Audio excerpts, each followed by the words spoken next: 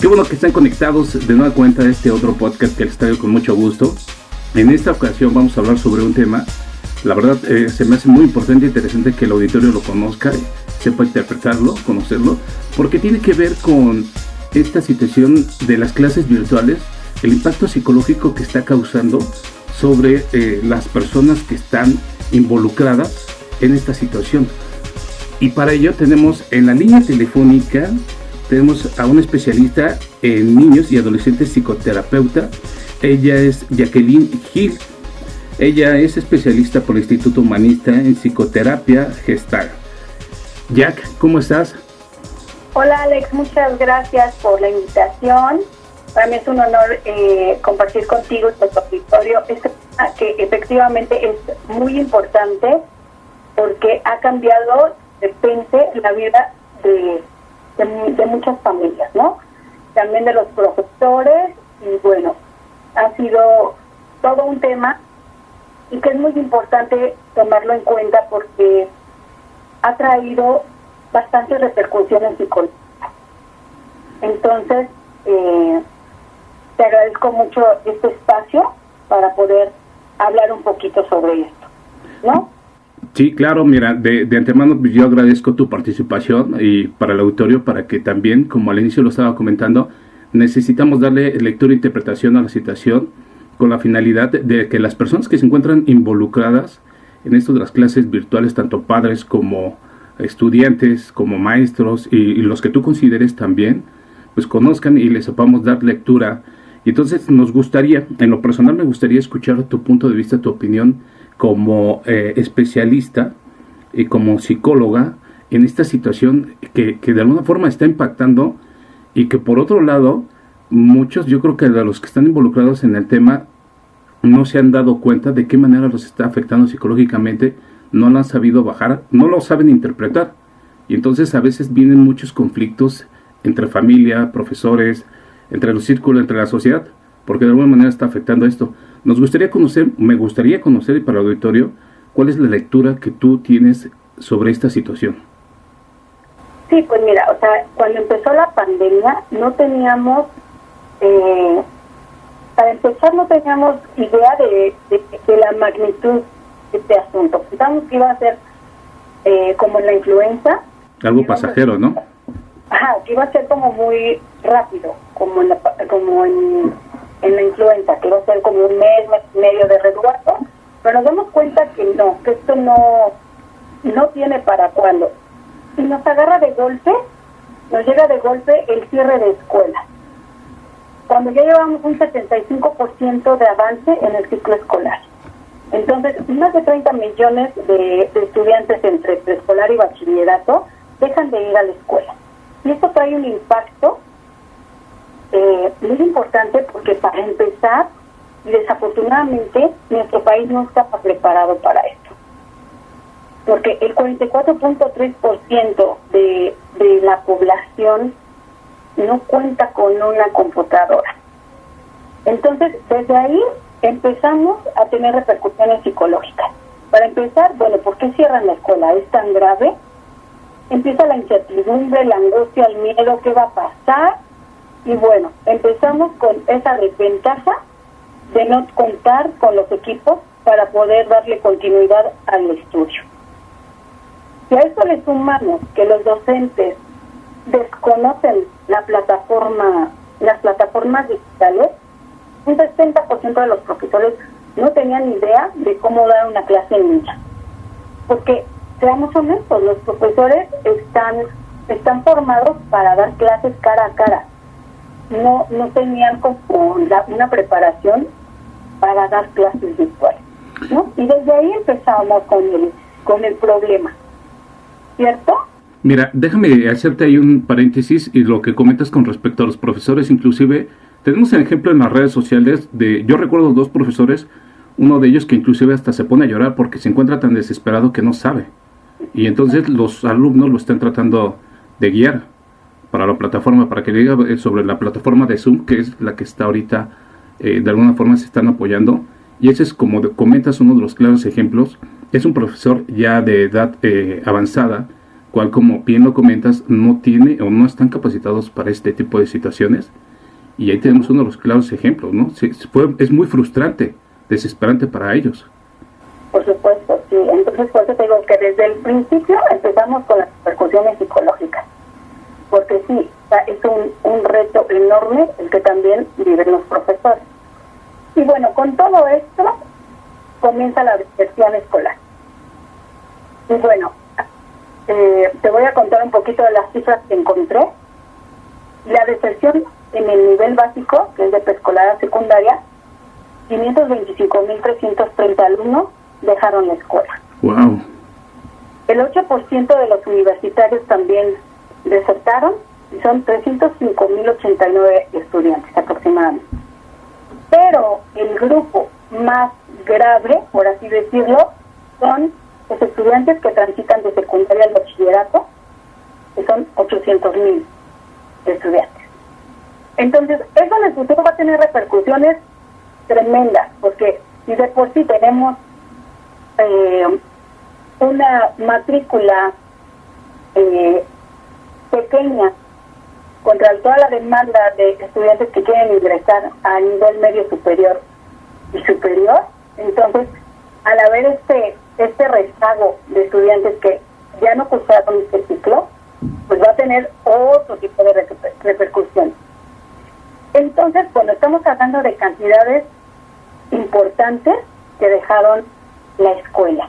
Y bueno, de eso pues hay varias causas, ¿no? La primera pues es esta desventaja de no tener forma de seguir con sus clases, ya que no hay el equipo que necesitan, ¿no? Claro. Y a eso le sumamos la parte económica, porque sabemos que muchas familias se vieron muy afectadas económicamente con esta situación. Así es. Entonces, desafortunadamente tuvieron que comenzar a trabajar tanto niños como adolescentes. A lo mejor no lo vemos tanto en las grandes ciudades, pero en todas las comunidades rurales sí existe mucho pues el trabajo infantil. Entonces, pues al no poder conectarse a la clase, al no poder pues asistir a la escuela, ¿qué pueden hacer los niños? Trabajar. Así es. Entonces, esa es otra de las causas. Y otra también, el desgano, el hartazgo o la pérdida de algún familiar. Y entre esas causas también entran las psicológicas, porque cuando hay una situación grave a nivel psicológico, puede llegar a incapacitar a la persona. Entonces los papás dicen, yo no puedo con esto, mejor saco a mi hijo y ya vemos el próximo año, no me voy a desgastar con tanto problema que tengo, entonces mejor desertar. Oye, perdón que te interrumpa, mira, ahí como dices, el caso está en los padres de familia que desertan porque prefieren tomar la decisión ante la situación que no la ven llegar. Y el otro efecto que yo considero, digo, así analizándolo, es el efecto en el cual dicen los padres, pues a ver cómo lo hacemos, pero sigues estudiando. Entonces ahí se ven forzados, ahí hay otro impacto psicológico, me imagino yo. Uh-huh. Sí, también.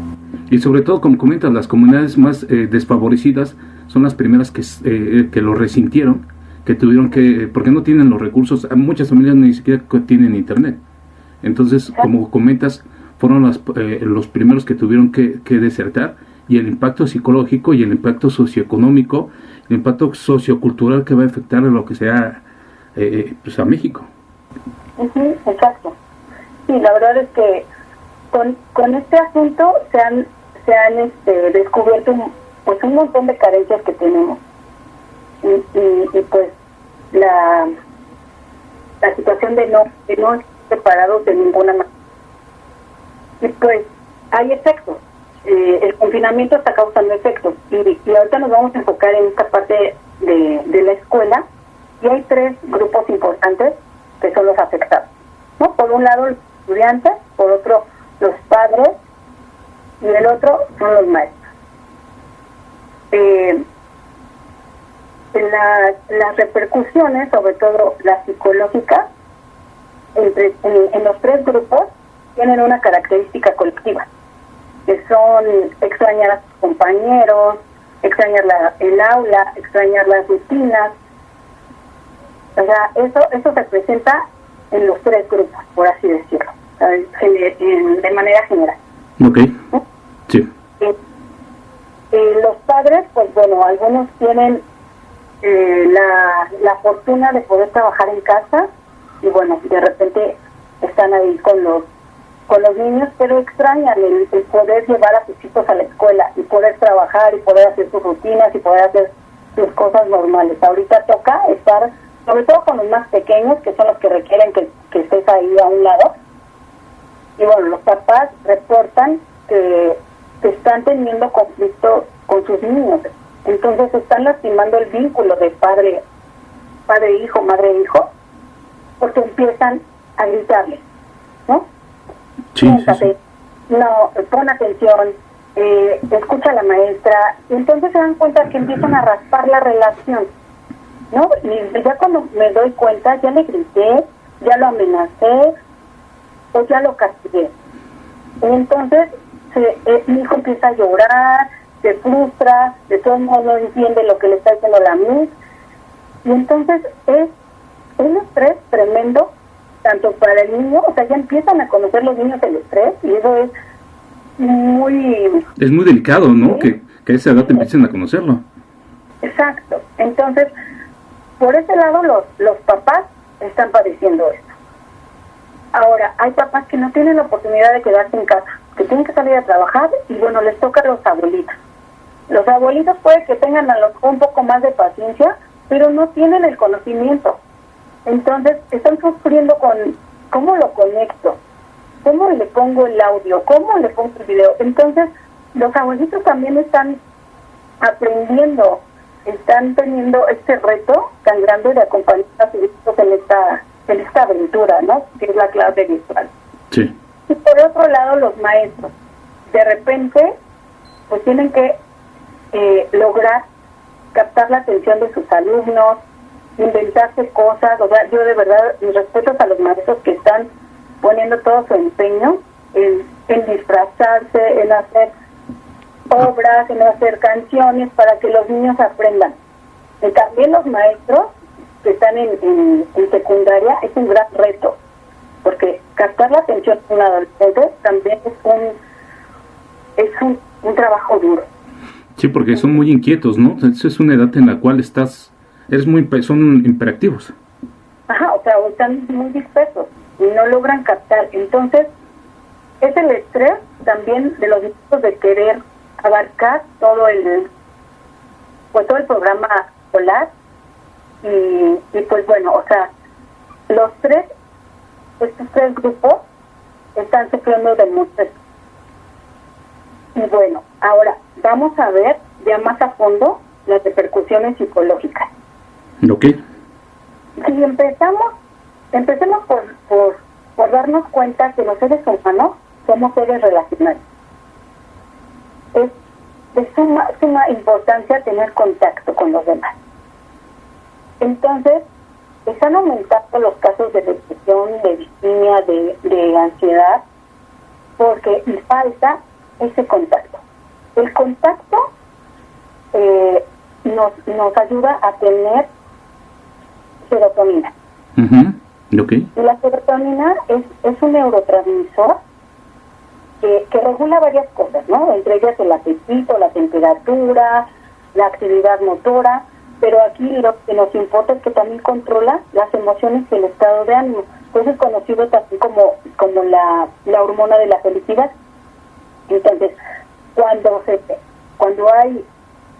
aumenta la serotonina, entonces hay una sensación de bienestar, de relajación, aumenta la concentración, también la autoestima, y bueno, o sea, esa sustancia es sumamente importante y esa nos la da la escuela. Porque para los niños representa ir a jugar, ir a reírse con sus compañeros, ir a cotorrear, ir a ver a la novia. Entonces ellos, o sea, ese interactuar escolar nos da nuestra dosis de serotonina. Lo cual, perdón que interrumpa, entonces ahorita también estamos viendo un caso, igual se estaba reportando de que iba a haber el hecho de que no tengas ese tipo de interacción va a producir que muchos niños se empiecen con obesidad, si no mal me equivoco. Sí, o sea, cuando empiezan a ver, al no tener esta parte de la serotonina, entonces no hace un trabajo importante que hace en conjunto con otros dos neurotransmisores, que es la dopamina y la noradrenalina, que participan en mecanismos que rigen la ansiedad, el miedo, la angustia, la ansiedad. Entonces, al no estar nivelado, por así decirlo, entonces empezamos a sentir ansiedad. Y muchos están reportando que están comiendo de más. Así es. Pero es por eso, porque no tenemos como esta sustancia regulada.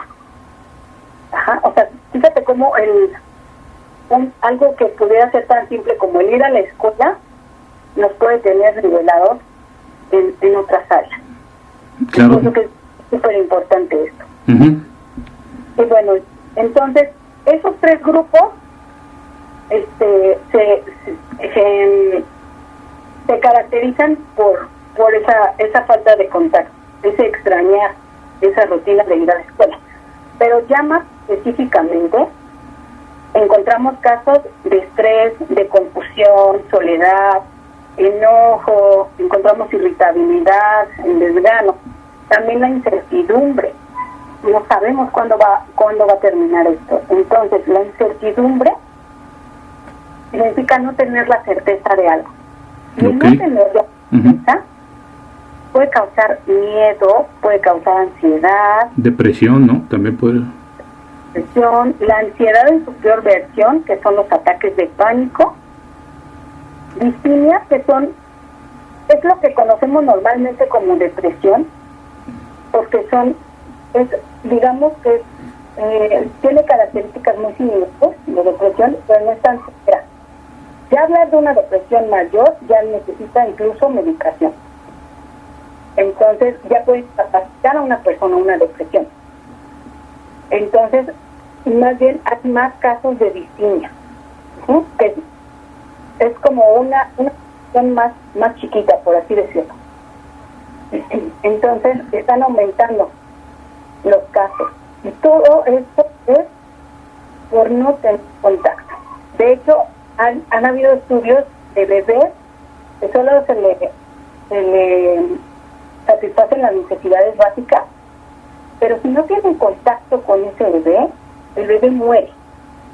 Entonces, imagínate la importancia del contacto humano. Y pues bueno, es importante como tomarlo en cuenta. Y si le sumamos que los niños no pueden ir ahorita a visitar a los abuelitos, que no pueden celebrar cumpleaños, que no pueden estar amigos, pues bueno, o sea, se vuelve un poquito más complejo. Fíjate que sí, claro, esto que comentas pues es bien importante y es algo que yo creo desde mi punto de vista desconocemos, muchos de los mexicanos desconocemos estos datos, los cuales yo creo que servirían de mucho porque buscas de alguna forma la interacción, buscas la manera de distraer, de suplir ciertas necesidades que tenías, como el hecho de estar con tus amigos, el hecho de ir a correr a la escuela, todos estos elementos los puedes suplir de alguna otra forma. Hay mucha carencia por parte, incluso lo puedo yo creo que decir y asegurar y te lo puedo afirmar, que por falta de información de los gobiernos que te puedan dar esta información, creo que de alguna forma el hecho de que la gente sepa, bueno, ya sé qué está pasando, ¿no? Cuando escuche la gente del podcast y escuche tu información va a decir, bueno, por esas razones estoy tan irritable, por esas razones mi hijo se pone así, se comporta así, por eso el abuelo así, porque de alguna forma la falta de contacto y todos estos elementos y componentes que son necesarios para una buena relación y que el cuerpo funcione, creo que de alguna forma ayudaría a una buena relación, a una buena interacción y de alguna forma disminuiría, por ejemplo, a lo mejor el impacto que está causando el confinamiento, si tenemos la información pues correcta, como en este caso tú lo estás comentando. Sí. ¿Cómo podríamos, si no pasamos a otro tema ahí que tengas, cómo podríamos de alguna forma suplir esto ya que de alguna forma ya se le está diciendo a la gente que interprete, cómo se está interpretando la situación. Nos estás comentando. ¿Cuáles son las primeras señales que tú verías bajo tu experiencia que la gente debe de tomar en cuenta, los métodos preventivos y los correctivos? Mira, al final daré unos tips, pero bueno, o sea, como los puntos. Ok, perfecto. Venga. Los focos rojos es darte cuenta que tu hijo ya no quiere jugar. O sea, por ejemplo, en los casos de los niños más pequeños, que son kinder primaria, el niño ya solo quiere pasársela en el celular, quiere, o sea, pierde como el interés de jugar, no come bien o come de, está enojado todo el tiempo. O sea, esos son los foquitos rojos, pero hay que también ver qué está pasando en la casa. Ok. Porque sí, o sea, se componen de dos cosas, el estado de ánimo también del niño tiene que ver mucho con el ambiente de casa. Entonces, pues bueno, o sea, ahorita te voy a contar de los tres grupos que yo considero que están siendo mayormente afectados en cuanto a los estudiantes. Y ahorita te cuento también algunos tips que se me ocurren para ayudar un poco a minorar esta situación, ¿no? Claro, sí, por supuesto. Yo creo que uno de los tres grupos que está sufriendo mucho son los niños, porque sobre todo en la edad preescolar y primaria, porque lo que decía, ir a la escuela, para ellos no solo representa ir a estudiar y aprender, representa jugar. Y jugar es el trabajo más importante en el país. Porque no solo es como, voy a jugar para... No. El jugar nos regala desarrollar, nos ayuda a tener una conciencia social. Y también muchas veces a tener un espacio grande para jugar, dentro de un patio. Muchos niños viven en departamentos que no cuentan. Entonces, también ese detalle ha complicado un poco la situación. Entonces, el ir a la escuela representaba correr, representaba jugar, representaba hacer un montón de cosas que ahorita no estoy teniendo. Y bueno, eso es como de manera general, pero hay casos más complejos cuando los niños viven en hogares donde existe violencia, porque la escuela representaba el escape. Sí, claro. El poderme ir a no pensar y no ver cosas en el ver. Entonces, esos casos también son muy importantes y no se toman en cuenta. Y también otro grupo vulnerable son los hijos únicos. Y sobre todo cuando tienen papás muy ocupados, que tienen mucho trabajo y que no porque a lo mejor no porque no quieran, simplemente no les da tiempo de poder jugar con ellos. Entonces, el juego solitario también es importante en el desarrollo del niño. El aburrimiento ayuda a que los niños sean creativos, desarrolla muchas habilidades de jugar solo. Hace diálogos, o sea, ayuda a un montón de cosas, a socializar entre los muñequitos que utiliza, a ver cómo, a inventarse aventuras. Entonces, está padre jugar en solito, pero no todo el tiempo. Sí, por supuesto. El hijo único también necesita de sus compañeros. La escuela representaba ese jugar con otros. Entonces, este tipo de casos, pues el arrepentimiento, el hartazgo y la tristeza son un poco mayores a no poder ir a ver. Entonces, bueno, considero que este es uno de los grupos que está también... viene siendo afectado, ¿no? Bastante, claro. Sí, tiene una situación un poco más compleja que un niño que sí tiene hermanitos o que tiene un par y distraerse un poquito más, ¿no? A lo mejor. Sí, porque por lo menos si tienes hermanos, ya por lo menos tienes con quién pelear, ¿no? Con quién discutir, tienes una interacción. Ajá, exacto. O sea, ayuda mucho. Si tenemos la suerte de que esos papás de hijos únicos te dan el tiempo de jugar, aunque sea unos 20 minutos al día, pues ya alivianan muchísimo la situación. Pero desafortunadamente ahorita en este tiempo, pues hay que sacar trabajo, es complicado. Y lo entiendo también por los papás, ¿no? Claro. Otro grupo vulnerable, pues son los adolescentes. Porque aparte de todo lo que platicamos de la escuela, la incertidumbre y demás, ellos tienen un pequeño extra. Y sobre todo los adolescentes que se encuentran en la etapa de desarraigo. Porque la adolescencia se divide en tres etapas. Pues ya en otro programa que me invites lo podemos platicar. Claro, con gusto, con gusto, Jack. Ok. Y bueno, esta etapa de desarrollo, que será más o menos entre los 14 y 17 años, es una etapa súper importante en la adolescencia, porque es el inicio de darse cuenta quién es esa persona. Es una necesidad tremenda de desapegarse de sus.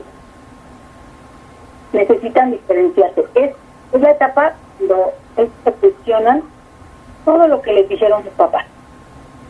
Y entonces van tomando decisiones. Esa etapa en la que no soportan a los papás. Entonces, imagínate, y no es porque no quieran, es parte del desarrollo, y es de un desarrollo sano. Luego hay muchos papás y así como, ya no sé qué hacer, no puedo hablar con mi adolescente. Ok. Estoy hasta el gorro de esta situación, pero es una etapa normal. Muy importante, sí. Y importante porque hay adolescentes que se la saltan, ¿no? Y es peor que se salten esa etapa. Entonces, imagínate tener que estar con tus papás cuando justamente es lo que menos quieres. Sí, claro. Y sobre todo la etapa, ¿no? Como comentas. Sí, o sea, en esa etapa. Porque ya cuando están en otra etapa, la adolescencia que ya van sacando, pues ya soportan a los papás. Pero justo en esta es realmente difícil para ellos. Porque iban empezando como sus relaciones por primera vez con la novia, porque normalmente está como en tercero de secundaria, primero de prepa. Sí. Entonces, imagínate, dejar de ver a su novia. Dejar de brincarte la barda de la escuela para irte de pinta. Ya se perdió todo esto y es muy frustrante y muy estresante para el adolescente tener que estar encerrado con los que ahorita menos quieren. Oye, Jack, con esa situación, con ese ejemplo que tú estás poniendo, ¿va a traer esto repercusiones el hecho de estarse brincando una parte de tu etapa debido a este confinamiento? Pues mira, o sea, los que están viviendo como su etapa normal, pues están muy enojados por tener que estar ahí. Es más bien por otras cosas que se saltan esas etapas. Ok. Sí. No precisamente por el confinamiento, Ok. O sea, hay adolescentes que o muy aniñados, que no quieren como crecer, o muy adultos. Pero eso ya tiene que ver como con su relación con los papás, de cómo ellos ven que les conviene, o sea, cada adolescente tiene una adolescencia distinta. Ok. Y ahí sí se llegan a saltar esa etapa. Son raros también.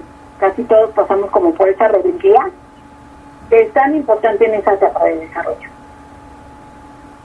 Entonces, sí, no tiene mucho que ver con que se salte en esa etapa por el confinamiento. Sí, porque esto ya es ajeno, ¿no? Ya no es una situación que te obliguen tus papás, sino es ajeno y a una situación que tú ya estás asimilando. Que dices, bueno, no me están obligando mis papás y como castigo pues, me voy a enfurecer con ellos, ¿no? Y me van a frustrar mi etapa, sino creo que en esta situación, digo, para ponerlos en contexto a los papás o a los adolescentes, sí, a lo mejor estás brincando una situación, pero ya no generas ese enfado con tus papás, con algo más emocional, sino que lo comprendes mejor, ¿no? Pues, no podemos salir por esta situación, ¿no? Que nos está encerrando a todos. Ok. Sí, así es. Y bueno, y el otro grupo que yo considero que es muy vulnerable son los que entran por primera vez a un nuevo nivel escolar. Es decir, los que pasan de kinder a primaria, de primaria a secundaria, etcétera. Okay. Porque es entrar a una clase en línea con nuevos maestros, con nuevos compañeros, con un sistema completamente diferente, porque del kinder a la primaria hay una diferencia tremenda, ¿no? En kinders de gobierno normalmente no les enseñan a leer hasta los 6 años, y eso tiene una razón muy importante. El cerebro alcanza esa maduración para aprender a leer y escribir hasta los 6 años. Yo siempre me he preguntado por qué ahora obligan a los niños a que aprendan a leer y escribir antes de los 6 años.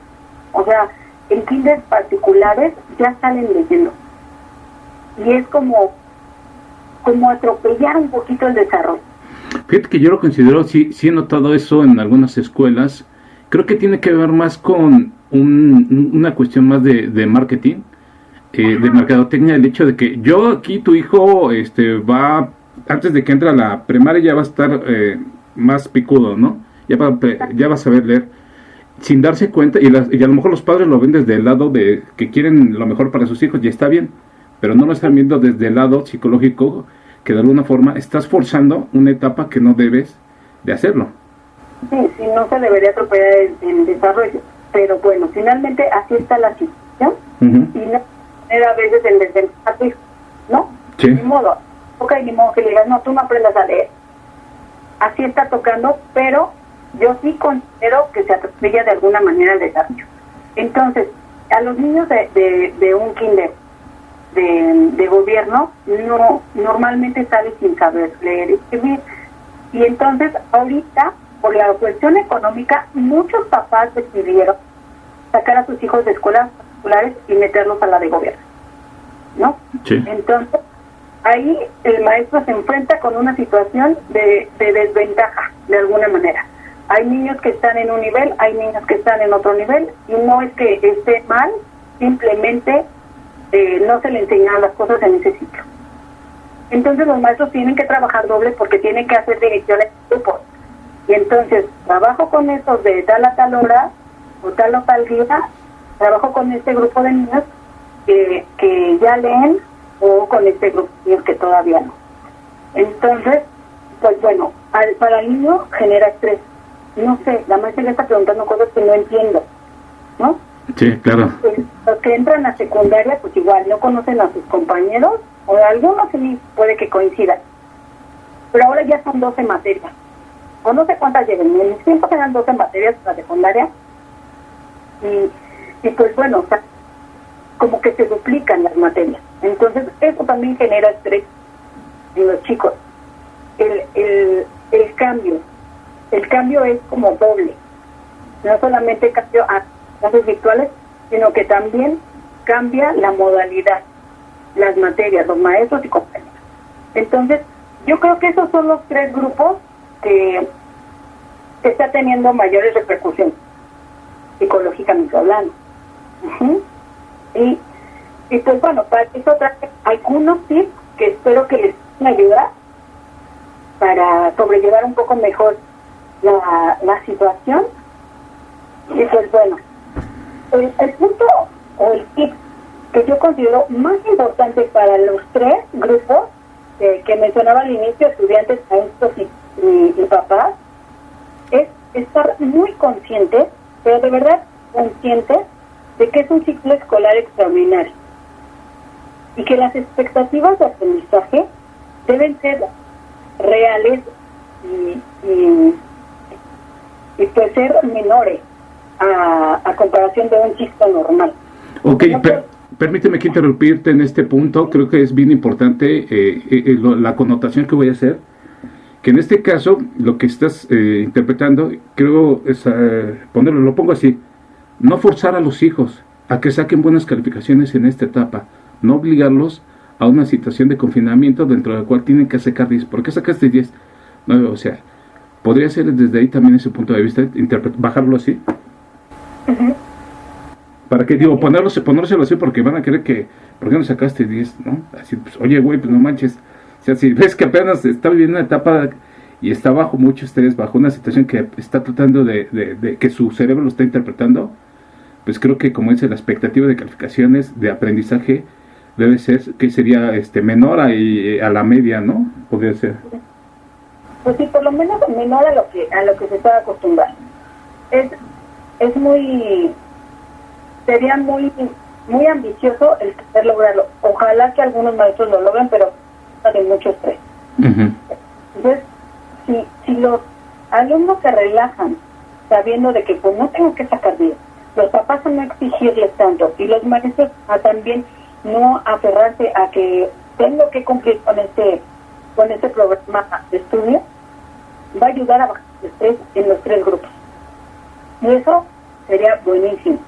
El que las expectativas bajaran, que seamos realistas de que es un ciclo extraordinario y que es nuevo en esta actividad. Porque a lo mejor, si siguieran las clases virtuales, que se convirtieran las escuelas híbridas ya como algo normal, de que puedan ir los que quieran a presencial y los que quieran en línea, pues bueno, ya con la experiencia ya se pueden como aplicar otras situaciones que sí logren tener el objetivo logrado, ¿no? De las clases. Pero ahorita no, todavía no se logra eso y hay que estar conscientes de eso. Priorizar, otro de los tips es priorizar la salud física y mental. O sea que sea más importante no lastimar el vínculo con tu hijo el que se aprenda la tabla del 5. La tabla del 5 se la pueden aprender más adelante o con más calma o de una forma más amable, pero el buscar tu relación con tu niño o tu niña es mucho más grave. Entonces hay que priorizar esa salud mental y emocional porque es una base súper importante. Hace poco estaba viendo un video en el cual estaba yo creo que tenía como 7 años más o menos, y estaba circulando, sí, creo debe de seguir ahí en la internet, en el cual estaba viendo a un niño, como 7 años, te comentaba 8 más o menos, estaba hasta llorando, de que no le entendía lo que estaba pasando, ¿no? Y los papás lo tomaron a manera de gracia, lo subieron a internet y pues se empezó a hacer viral.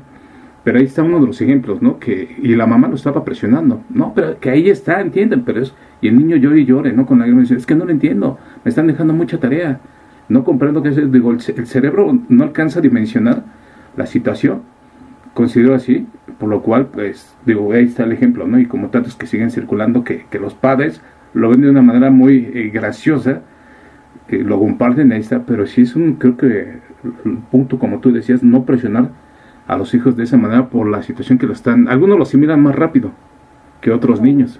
Entonces creo que también los padres deben de darle lectura a esa situación.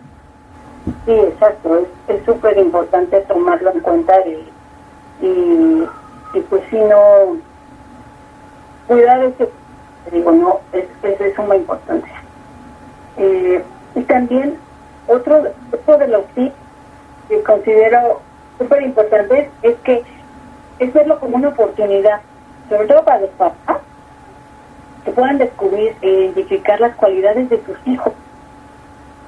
En la escuela normal, presencial, no tenemos esa oportunidad de ver, solamente los niños van a la escuela, regresan, tengo tarea de tal, pero no logramos ver dónde está más desarrollada su habilidad. ¿Cuáles son sus riquezas de niño, ¿no? Había una historia o una experiencia de María Montessori que decía que uno de los papás decía, mi niño está sacando muy bajas calificaciones en matemáticas, pero le va muy bien en música, entonces voy a contratar a alguien para que le dé regularización de matemáticas y pueda subir sus notas. Entonces Montessori le dice, mejor búscate un buen maestro de música, porque el talento de tu hijo está ahí. Entonces es bien importante que podamos descubrir cuáles son las habilidades de tu hijo, de tu hija, porque ahí está. ahí está pues sí, su pasión, hay que alimentar su deseo de aprender, pues sí, o sea, de fortalecer esa habilidad que ya está desarrollando el niño. Porque de ahí nace, ¿eh? De ahí nace. Entonces, es importante estar como muy observadores con los hijos. Claro, porque digo, el otro día estaba escuchando un ejemplo sobre lo que comentas. Es como si pusieras tú a Mozart a estudiar leyes, ¿no? Algo que no es su pasión, que no le apasiona, lo único que estás haciendo es bloquearlo tú mismo y que no desarrolle esa parte, y a veces ni siquiera lo hacen con gusto. Entonces ahí se ven más forzados cuando no se identifican y cuando se les presiona hacer algo que la verdad no es que no le quieran, su cerebro no da para eso, no está programado para eso, está desarrollado uno de los dos hemisferios más que el otro, y es por eso que, como bien lo comentas, identificar, y quería traer ese ejemplo, ¿no?, de Mozart. Imagínate Mozart, que lo pusieran a hacer leyes o matemáticas, pues no se le iba a dar, ¿no? A lo mejor lo saca, pero no iba a ser su pasión, no se iba a entregar al 100%. Uh-huh. Sí, así es, tienes mucha razón. Ese ejemplo es muy bueno para ejemplificar que cuando no se da pues sí, ese talento, hay que alimentar el que sí hay. Entonces hay muchos papás que se aferran como en querer vivir a través de sus niños las cosas que les hubiera gustado vivir. Entonces es una frustración doble, porque si al niño no le gusta, el papá lo vuelve a revivir. Entonces es importante dejar al niño ser quien es, y bueno, tomarlo como esa oportunidad de poder ver cuáles son sus cualidades. Claro. Ok, otro tip que me parece importante es que haya tareas de calidad y no de cantidad. Este tip es más para los maestros. No necesitan dejarles miles de planos, miles de cosas para niños apenas. De hecho, en algunos países como Finlandia, que es uno de los que está súper elevado en cuestiones educativas, no les dejan tarea. Y si les dejan tarea, es más enfocada como a vivir el aprendizaje. Es decir, por ejemplo, si un niño está aprendiendo las figuras geométricas y la maestra le pone que recorta 20 triángulos y 5 círculos y así, ¿no? En lugar de decir, observa en tu casa las figuras geométricas y cuéntame un poquito de lo que descubriste. Este aprendizaje es mucho más significativo y tiene efectos mucho más importantes que el estar en el cuaderno todo el tiempo. Entonces, ese tip es más como para los maestros, de que no necesitan llenar el cuaderno y cuaderno. El niño necesita aprendizaje significativo, sin tanto rollo y sin tanto estrés sobre todo.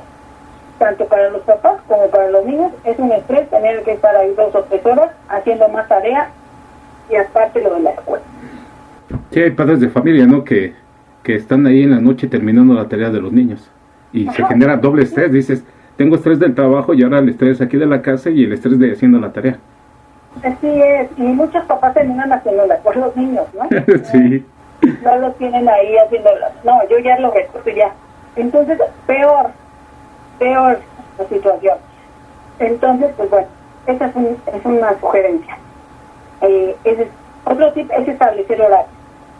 Los horarios, los niños sobre todo, generan cierta estabilidad y confianza, pero que esos horarios también sean flexibles. Es decir, no sé, terminan las clases, descansa un ratito, tienes de aquí hasta la hora de la comida. Antes de la comida, cuando la manecilla llegue al 3, supongamos, esa manecilla la chiquita llegue al 3, entonces hasta ahí tienes para hacer tu tarea. Entonces el niño o el adolescente va a ver, ya tengo tanto tiempo, entonces empiezan a hacerse responsables y a la vez pues tienen como el horario de clase o de tarea. Hasta aquí llegó mi tiempo de estudio y ya, bye por un de escuela. Entonces, eso reduce el estrés también. Ahora, otro punto sería incluir hacer algo especial después de las clases para motivar. Ojo, Yo no hablo de premios, de que te voy a comprar el juego, te voy a comprar unas papas, te voy a regalar los tenis que quieres, no. O sea, ese tipo de premios no. Tampoco amenazas y tampoco promesas, porque a veces no las cumplen y de verdad que es terrible que no se cumplan. Entonces, más bien una concesión para generar un vínculo bonito entre el papá y el hijo, o la mamá, o la cuidadora. No sé, se me ocurre, hay niños a los que les encanta regar las plantas, por ejemplo. Entonces, a ver, que después de que terminen las clases, vamos a ir a regar las plantas, o vamos a cocinar algo tú y yo, o vamos a pintar, o voy a jugar contigo a los juegos de... o vemos tu serie favorita. O sea, cosas así que no impliquen algo económico, sino más bien un pretexto para pasar un tiempo de calidad con los hijos. Eso ayuda muchísimo, muchísimo. Y yo sé que muchos papás dicen, yo no tengo tiempo para eso, pero de verdad que es una inversión que vale muchísimo la pena. Entonces, esa concesión podría ayudar mucho a que los niños se motiven para tener su clase lo más concentrados posible. En esto también podemos incluir que sean, ya ves, hay algunos juegos de mesa en los cuales también podrían participar la familia, ¿no? El turista mundial, todos estos, con la finalidad de generar ahí, que decía, serotonina, ¿no? Empiezan también a producir, y la interacción que tienen ahí como individuos. ¿Podría ser eso también, juegos de mesa? Sí, claro, o sea, esos, los que di fueron ejemplos, pero hay miles de formas, ¿no? El punto es que hay que ser inconsciente que sobre todo, tanto niños como adolescentes tienen una necesidad de sus papás de tenerlos presentes. O sea, no el, pues vamos a comer juntos, o sea, como la rutina, no, sino un tiempo exclusivo para ellos. Eso no sabes cómo le ayuda a un niño o a un adolescente también, porque aunque estén rebeldes, les importa muchísimo la aceptación de los papás. A lo mejor no tan directo de estar tan cerquita, pero sí de que, sale, te doy chance de que juegues con tus amigos durante media hora en esos jueguitos que a veces están tan de moda de jugar en línea. Uh-huh. Y bueno, te doy como ese espacio. Entonces el chavo, el adolescente, ve como, mi mamá también es buena. Entonces no lastima el vínculo. Okay. Entonces que tengan esa concesión ayudará mucho a que se motiven para las clases. Lo que decíamos, nosotros los tips es bajarle a la rigidez, lo que contabas hace ratito, ¿no? De que ya de por sí están estresados y estar así como, tienes que sacar 10 y tienes que lograr y tienes que sacar y tienes... No. O sea, bajarle la rigidez de que hay prioridades. Otra de las cosas para aminorar un poquito esa ansiedad de la que hablábamos de comer y comer es con ejercicio. 10-15 minutos que se pongan a bailar es suficiente para que tenga movimiento el niño o el adolescente. Porque cuando un niño tiene la energía acumulada, es necesario que se lo haga. Y muchas veces, pues te digo, los niños ahorita están pues como sin ganas de hacer mucho. Entonces, incluirles como algún momento en el día que puedan moverse, o vamos a brincar la cuerda, vamos a hacer algo que se mueva, reduce esa necesidad de ingesta excesiva. Y sobre todo con adolescentes o niños que son muy hiperactivos, ¿no? Porque hay papás, y lo estábamos comentando hace ratito, que hay niños que son muy hiperactivos, que ya siéntate, estate quieto. Ajá. Y ese ya es una señal, ¿no? Una primera señal de interpretación del cuerpo, del lenguaje corporal, donde dice, necesita quemar energía, necesita que le ponga a hacer algo. Creo que es importante también, ¿no?, que los conozcan los padres, esas señales, esas interpretaciones. Que sepan que tienen que estar en movimiento para no generar otras cosas. Ok, ya que me gustaría que nos compartieras cuál sería tu conclusión a esta situación, a esto que estamos viviendo, que nos compartieras cuál sería tu conclusión a este impacto psicológico que está causando el confinamiento. Pues la conclusión a la que yo llegaría es que, pues bueno, a ser más conscientes de lo que estamos haciendo, de que hay que ser un poquito más pacientes para no ser pacientes.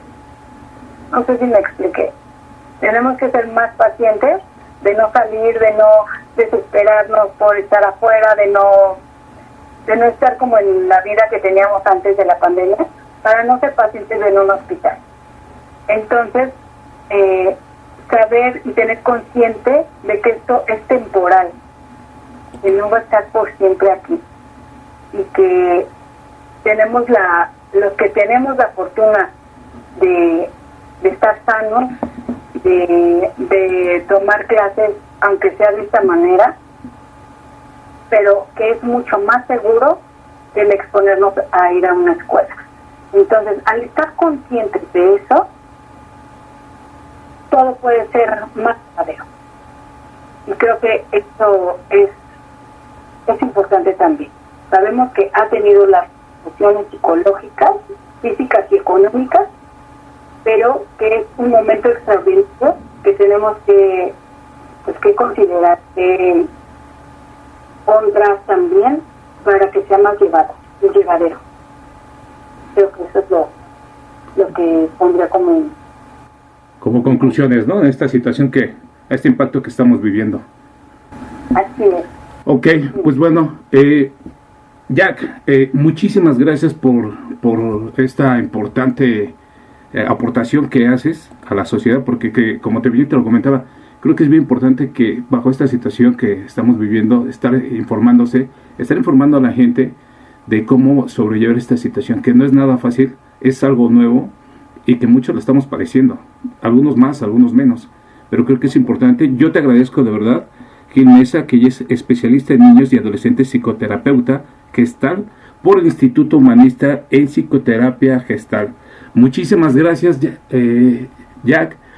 ¿Cómo te puede contactar la gente para más información que tú tengas o te quisiera poner en contacto para ciertos temas? Pues mira, te dejo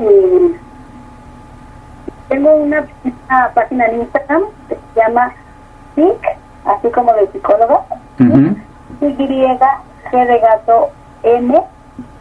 Es un Instagram que dedico con mucho cariño a los adolescentes. También mi página, que es psicoterapia-integral.com.mx. Okay. Y el teléfono donde pueden contactarme es el 55 73 30 47 15. Pues igual me gustaría que más adelante pudiéramos tener otras conversaciones, este feedback con el auditorio, mi querida Jack, para seguir informando. Claro que sí, con muchísimo gusto. Yo te agradezco este espacio que me diste oportunidad de platicar. Ok, ahí están los datos, también los van a estar apareciendo aquí en la pantalla, y en la caja van a estar también apareciendo ahí los mensajes, la información de la psicóloga, por si quieren ustedes contactarla para cualquier detalle, cualquier tema que quieran tocar con ella. Bien, Claro que sí. pues bueno, mis conclusiones en esta situación que estamos viviendo, que estamos de alguna forma padeciendo, en este impacto psicológico que estamos viviendo, es muy importante tratar de estar informándonos lo más que podamos para que los efectos secundarios psicológicos sean de menor impacto. Creo que es bien importante estar informándonos. Yo soy Alejandro Reina. Muchísimas gracias a todo el auditorio que estuvo ahí pendiente, que estuvo presente escuchando este podcast. Vamos a seguirles trayendo temas y nos vemos en el siguiente tema. Hasta la próxima. Gracias. Bye.